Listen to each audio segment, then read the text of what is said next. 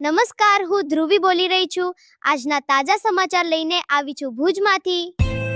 ભુજમાં આજે બપોરે અચાનક હવામાનમાં મોટો ફેરફાર આવ્યો. તેજ પવન અને ધૂળના વંટોળે લોકોને ચોંકાવી દીધા. કેટલાક વિસ્તારોમાં હળવો વરસાદ પણ નોંધાયો. ટ્રાફિક પર પણ તેની અસર જોવા મળી. લોકો માટે આ દૃશ્ય અચંબિત કરનારું બન્યું. ઘણા લોકોએ આ પળોને મોબાઈલમાં કેદ કરી.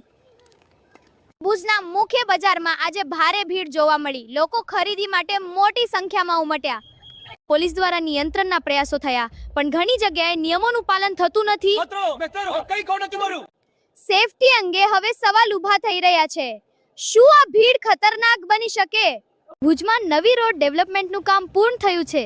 હવે મુસાફરી વધુ સરળ બની ગઈ છે. સ્થાનિક લોકોમાં ખુશીનો માહોલ છે. તેઓ કહે છે કે હવે સમય અને ઈંધણ બંને બચશે. આ વિકાસ ભુજના ભવિષ્ય માટે એક મહત્વપૂર્ણ પગલું માનવામાં આવી રહ્યું છે. ધન્યવાદ અને ધ્યાન રાખો. સેફ રહો.